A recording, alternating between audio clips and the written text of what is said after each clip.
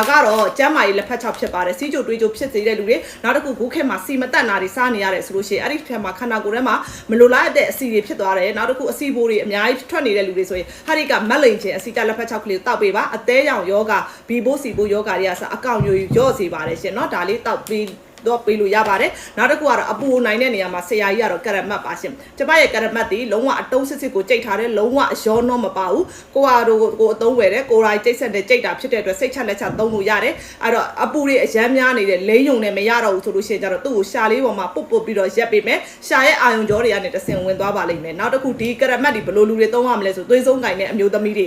တက်အိမ်เนาะဒီချက်ရဲ့အောင်လက်သုံးလုံးနေရာမှာတက်အိမ်ရှိပါတယ်အဲ့ဒီတက်အိမ်နေရာကိုဟာဒီကရမတ်ကိုညာတိုင်းလိမ့်ပေးလို့ရတယ်နောက်တစ်ခုကကြတော့အဖြူစင်းနေတဲ့လူတွေလည်းအဲ့တိုင်းလေးလိမ့်ပေးလို့ရတယ်နောက်တစ်ခုကကြတော့ဘာလို့လို့ရလဲဆိုရင်ညာအိတ်ခံနေတိုင်းရှာလေးပေါ်မှာတွေးပြီးရက်ပေးသွေးဆုံးလုံးဝမကင်ပါဘူးရှင်သွေးဆုံးကင်ဝေဒနာတွေအတွက်အရန်ကိုတင့်တော့ပါတယ်ဘာလို့ဒါတွေသုံးမယ်ဆိုလို့ရှိရင်ယောဂါဒီခန္ဓာကိုယ်ထဲမှာကိုယ်မှာဖြစ်နေတဲ့ယောဂါဒီတက်ဆင့်တိုးပြီးတက်တာလာတာကိုတွေ့ပါလိမ့်မယ်အ ਨੇ ဆုံးမမမူဒါလေးမျိုးလေးလေးလာတာသုံးကြည့်ပါ